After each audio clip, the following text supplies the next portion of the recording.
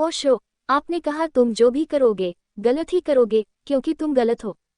हम जो करते हैं वह गलत हो जाता है। ऐसी स्थिति में आप हमें साफ साफ क्यों नहीं बताते कि हम क्या करें? फिर भी पूछते हो क्या करें? फिर तुम जो करोगे गलत ही होगा।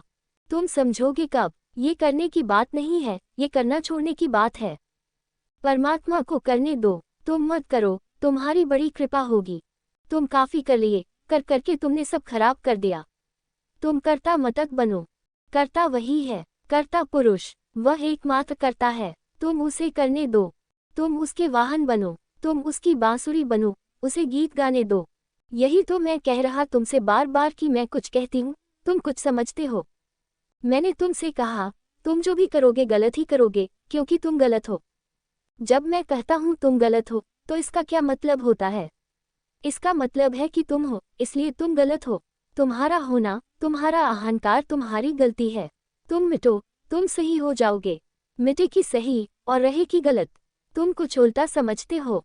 तुम सोचते हो, चलो मैं गलत हूँ, तो ठीक कैसे हो जाऊं? मगर तुम रहना चाहते हो, मिटना नहीं चाहते। तुम कहते हो चलो कोई गलती होगी, उसको निकाल देंगे, ठीक को ओढ़ लेंगे। ये चादर ठीक नहीं, दूसरी चादर ओढ़ने को तैयार हैं। मगर तुम भीतर वही रहोगे, चादर बदल लोगे, कपड़े बदल लोगे, वेश बदल लोगे। तुम सब बदलने को तैयार हो, एक चीज भर नहीं बदलना चाहते, वह जो भीतर अहंकार है मैं, वह भर रहा है, उसको सजाते चले जाते हो। तुम कहते हो, चलो ये गहने ठीक नहीं, दूसरे गहने पहन लेते हैं। तुम मिटोगे कब? मैं भी समझता हूँ, तुम्हारी तकलीफ भी मैं समझता हूँ। तुम्हारे पास एक जड़ भाषा है, तुम्हारी जिंदगी के अनुभव से बनी एक भाषा है। उस भाषा में जब मेरे शब्द पढ़ते हैं तो उनकी ध्वनि विकृत हो जाती है। मैंने सुना है, दीवार से कान लगाए खड़े एक गधे ने दूसरे गधे से पूछा, यहाँ क्यों खड़े हो? यहाँ क्या कर रहे हो? पहले गधे ने जवाब दिया, मेरा बच्चा खो गया है, इस घर से लड़ने की आवाज आ रही है। एक कहता है तू गधे का बच्चा है, और दूसरा कहता है तू गधे का बच्चा है। सोचता हूँ कब लड़ाई खत्म हो, मेरा बच्चा घर से बाहर निकले तो लेकर जाऊं। गधा अपने बच्चे की तलाश में है। उसे क्या पता कि यह आदमी जो एक दूसरे को गधा कह रहे हैं, गधा नहीं है। उसे क्या पता कि इनके गधे कहने का अर्थ बड़ा और है। उसे क्या पता कि ये सिर्फ गालियां दे रहे हैं, ये किसी तथ्य की घोषणा नहीं कर रहे हैं। मगर गधे को कैसे पता चले? गधा तो अपने बच्चे की तलाश में निकला है। वह सोचा है कि यह भी खूब रही, इस घर के भीतर मेरा गधे का बच्चा है, अब निकल आए तो ठीक है, ले जाऊं। झगड़ा खत्म हो तो मैं ले जाऊं। मैं जब तुमसे बोल रहा हूं तो निरंतर ऐसा होगा। मैं कहूंगा कुछ, तुम समझोगे कुछ। मैंने कहा तुम जो भी करोगे गलत होगा, क्योंकि तुम गलत हो, क्योंकि तुम्हारा होना ही गलती है। तुम्हारे न होने में सब ठीक हो जाएगा। तुम नहीं हुए कि परमात्मा हुआ। तुम जब तक हो परमात्मा नहीं है, और जब तुम नहीं रहोगे तब परमात्मा हो सकता है। परमात्मा ठीक है और तुम गलत हो। तुम तो ठीक हो ही नहीं सकते और परमात्मा गलत नहीं हो सकता।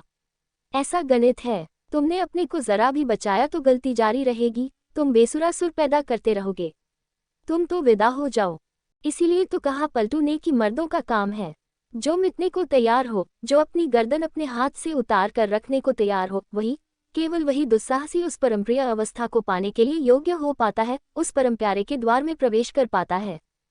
तुम पूछते हो, साफ साफ क्यों नहीं बताते हैं कि हम क्या करें? तुम सोचते हो कि जितना साफ साफ मैं बताता हूँ, इससे और ज्यादा साफ साफ बताया जा सकता है।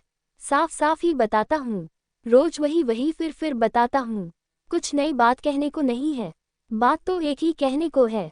संदेश तो छोटा सा है, एक पोस्टकार्ड पर लिखा जा सकता है, और ऐसे तो दुनिया के सारे शास्त्र भी लिख लिख कर उसे पूरा नहीं कह पाते हैं। संदेश तो इतना ही है कि तुम शून्य हो जाओ, तो तुम्हारे शून्य में परमात्मा उतर आता है। तुम हुए शून्य की हुए पूर्ण, बूंद खोई सागर में की हो गई सागर। मगर तुम साफ साफ नहीं समझ पाते, यह मैं समझता हूँ।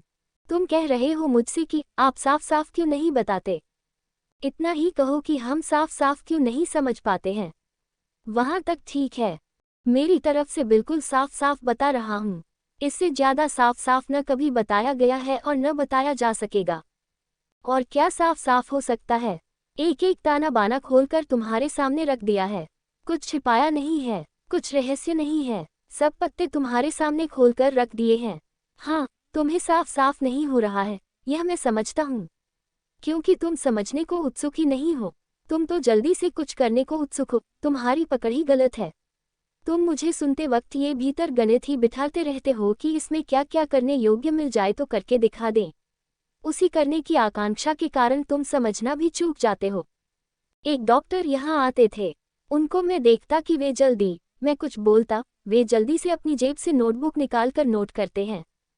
फिर मैंने उनको कहा कि जब मैं समझा रहा हूँ तब समझोगे नहीं, फिर यह नोटबुक से कैसे समझोगे। वह बोले कि मैं काम की बातें जल्दी से लिख लेता हूँ, कभी काम पड़ेंगी। मैंने कहा, पहले तुम समझ तो लो, तभी काम पड़ सकती है। समझ लो तो अभी काम पड़ गई, और अगर न समझे, नोटबुक में लिख ली, तो क्या होगा। कितने तो शास्त्र तैयार हैं दुनिया में, अब तुम और क्या नोटबुक बना रहे हो। सब तो लिखा है गीता में, सब तो लिखा है कुरान में, सब तो लिखा है गुरु ग्रंथ में, तुम क्या और नोटबुक बना रहे हो। तुम्हारी नोटबुक कुछ ज्यादा काम की नहीं होगी।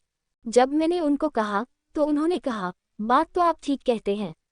इसी से मैं गड़बड़ में भी पड़ जाता हूँ, क्योंकि जितनी देर मैं लिखता हूँ उतनी देर आप क्या बोले वह चूक जाता है।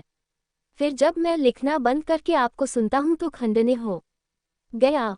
वह बीच में इतने हिस्से चूक गए, इसको मैं ठीक से पकड़ नहीं पाता। फिर जब तक पकड़ने का रास्ता बनता है तब तक फिर आप कुछ ऐसी बात बोल देते हैं कि लिखना पड़ता है। तो मैंने कहा कि तुम अपनी अड़चन तुम कर रहे हो।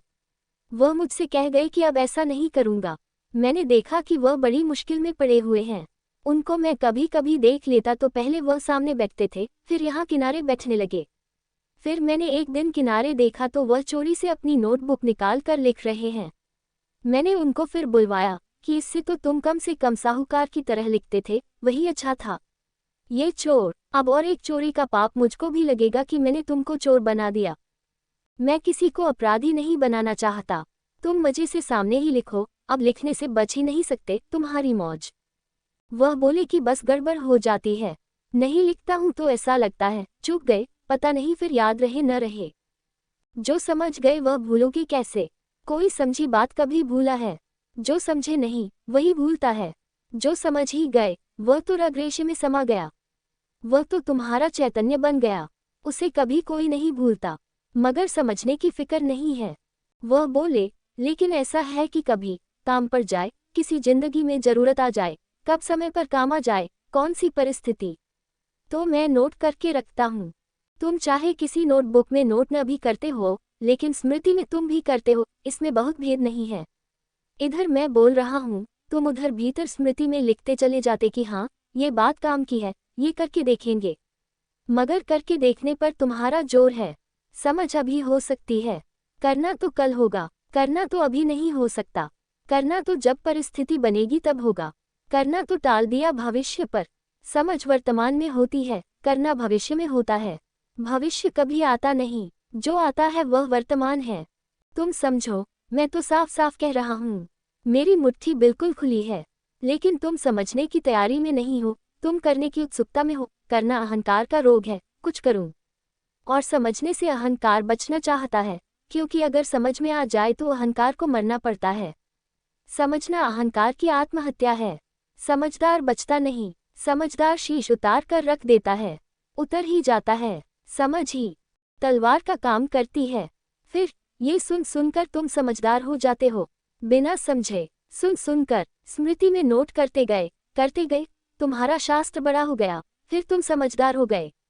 रोज रोज तुम मुझे सुनते हो, रोज रोज तुम समझदार होते जाते हो, तुम्हारी स्मृति बड़ी होती जाती है, और रोज रोज तुम्हारी समझ मुश्किल पड़ती जाती है। समझना असंभव होने लगता है, क्योंकि वह तुमने जो कल इकट्ठा कर लिया है स्मृति में, उसके पर्दे पड़ जाते हैं। समझदारों को समझाना बहुत कठिन काम हो जाता है, पंडितों को जगाना बहुत कठिन काम हो जाता है। जो सोचते हैं कि हम जानते ही हैं, उनको जनाना बहुत कठिन काम हो जाता है। तो यही तुम्हारी अड़चन है।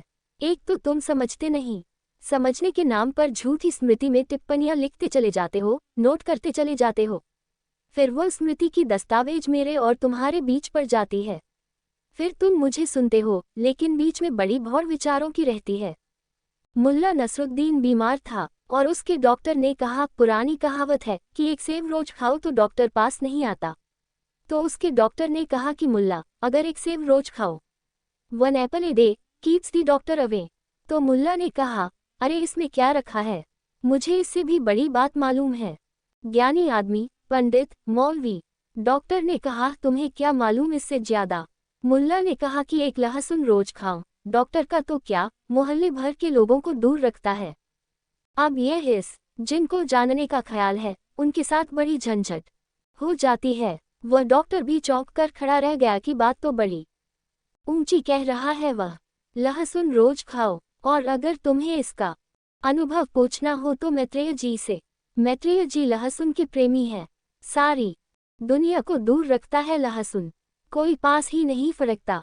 त्यागियों और सन्यासियों को लहसुन खाना चाहिए, उससे संसार दूर दूर रहता है, कोई पास ही नहीं आए।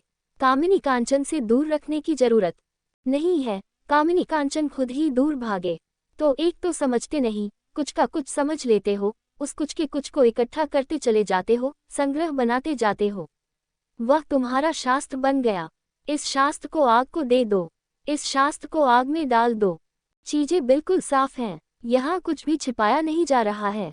किसी बात को गुप्त रखने पर मेरा भरोसा नहीं है। सत्य को प्रकट होना चाहिए नग्न, और मैं नग्न सत्य तुम्हें दे रहा हूँ। उन पर वस्त्र भी नहीं है, उन्हें सजाया संवारा भी नहीं गया है, उन्हें वैसा का वैसा तुम्हें दे रहा हूँ जैसे एक खालिस खदान से निकलते हैं। तुम्हारी समझ में न आए तो तुम कुछ अड़चन डाल रहे हो, अपनी अड़चनें दूर करो। आज इतना ही।